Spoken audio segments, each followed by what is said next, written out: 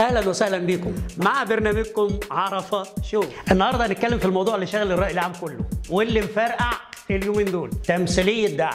مجموعة من الفنانين راجعين في عربية من ليبيا بعد اللي السيسي عمله في ديرنا. اما محمد صبحي قال: ولد انت يا ولد، انت يا نيلة، انت يا سواق الغبرة، افتح لنا الراديو نسمع حاجة، عايزين نسمع الأخبار يا بني آدم، عايزين نشوف ايه اللي بيحصل.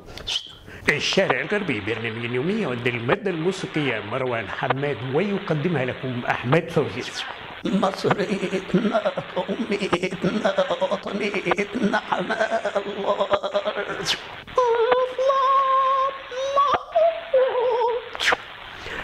السابعة تماما حسب توقيت جبنة قريش هنا لندن.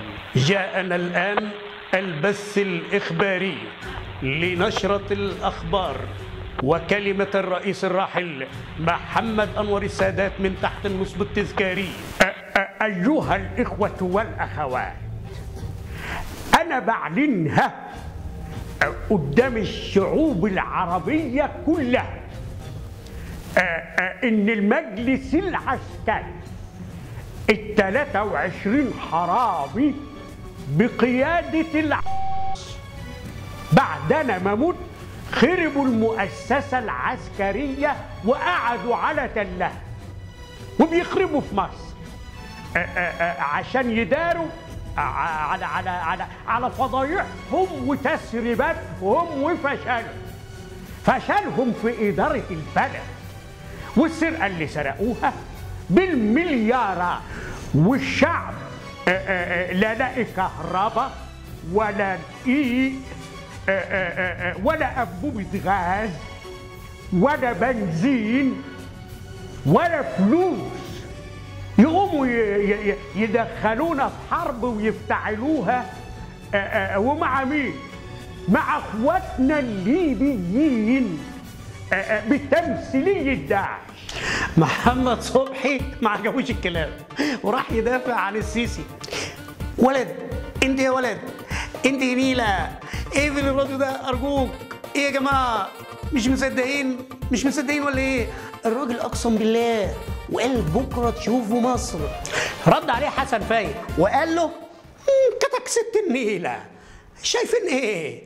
شايفين الغلب في المواصلات وطوابير العيش والانابيب والمعتقلات. محمد صبحي رد عليه وقال له: كفايه انه قال لنا انتوا نور عينينا اللي بيشوف بيها. رد عليه محمد سعد بوحة الصباح قال له: صبح يا عم صبحي على مسافة السكة بتاعته. هي السكة بتاعته دي متظبطة على فين إن شاء الله؟ متظبطة على العدو الصهيوني، يعني راح على تل أبيب على الصهاينة اللي داسوا على الجنود الأسرى المصريين بالدبابات في 67 وفي 73، ولا السكة بتاعته متظبطة على إخواتنا في ليبيا؟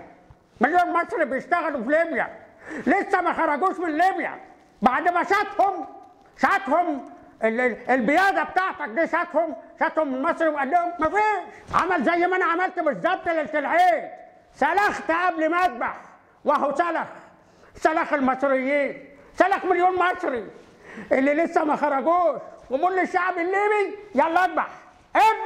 محمد صبحي رد عليه وقال له: الرئيس السيسي انقذ مصر داخليا ودلوقتي بينقذها خارجيا بحربه ضد داعش.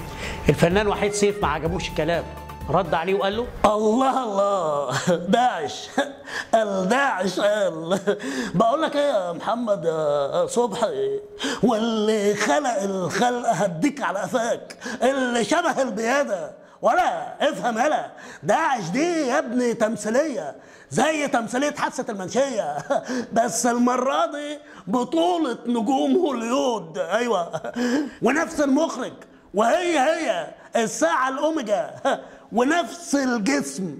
فضحتونا انتوا والبياده تفكيركم، ظبطوا شويه، بلاش كده. فضحتونا قدام شعوب العالم كلها، كانت كلبله في اشكالكم العكره يا اولاد الام المثاليه. ايه يا جماعه؟ سوري، لا صحيح سوري امبوسيبل يا جماعه. الراجل عامل حاجات حاجات حلوه في البلد. بكفايه انه ذكر واسد، قصدي سيسي. الفنان سيد زيان ما رحموش ولا عتقه واداله. حسبي الله ونعم الوكيل في السيسي وفي الاعلام بتاعنا، بيبعدنا دايما عن العدو الحقيقي ويخلي اقرب الناس لينا. ليبيا تبقى اعدائنا. ايه يابا اللي بتعمله ده؟ بتلهي الناس، بتلبخهم عن انهم يطالبوا بحقوقهم في عيشه كريمه ولقمه كريمه حلال يا راجل. حسبي الله ونعم الوكيل فيكم، حسبي الله ونعم الوكيل فيكم.